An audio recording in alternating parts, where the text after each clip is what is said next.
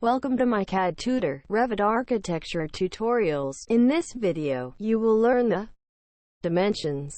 Go to the Annotate tab and here are different types of dimensions: align, linear, angular, radial, diameter, arc length, spot elevation, spot coordination, and spot slope.